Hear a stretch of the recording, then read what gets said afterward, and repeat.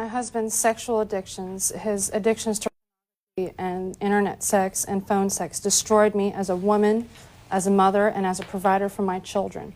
Your husband has an addiction to internet sex, phone sex? Several addictions, Your Honor, and they were pretty extensive. They destroyed us financially, which is part of the reason that we're no longer together.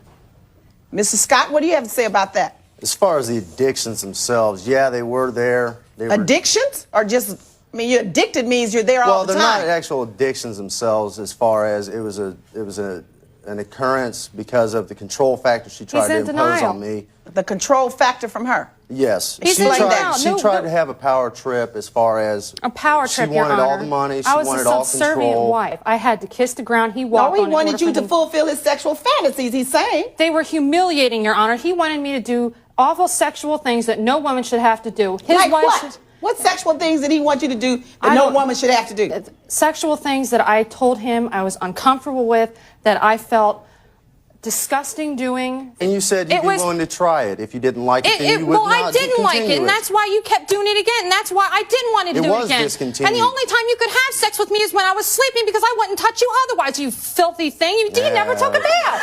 So you wouldn't touch your husband otherwise, and the only way you could have sex was... He doesn't shower.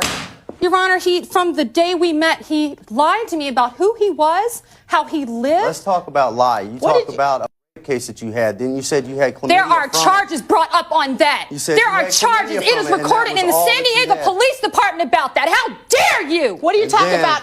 A case? What does that have to do with this? And then for a point that she's getting ready to bring up. I was assaulted on my 19th birthday by two of my friends. Let me get a point she was getting ready to bring up, trying to say that I gave her gonorrhea when in fact she was the one who had the I've got proof. Right here. Right here. She thinks that you gave her gonorrhea. Correct. When you met her, she told you that she had... Right. And that she had contracted a venereal disease as a result of the... Right, and that she had it treated and that nothing had been come up. And that it had not been solved. Right. And later on down the road, she comes back during her pregnancy with Braxton Hicks, and the Braxton Hicks labor is She came back with her you pregnancy filthy trailer trash loser, you.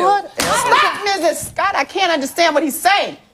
She came back later on and what? Later on during the pregnancy, about 2 months prior to her actually giving birth, she started having Braxton Hicks false labor. They did tests on it, and it came up to be that there was gonorrhea in her system. So she was tested during the pregnancy. Right. All throughout Discovered that she had gonorrhea. Right. And she says you gave it to her. Right. No. And you say that she contracted the gonorrhea from the...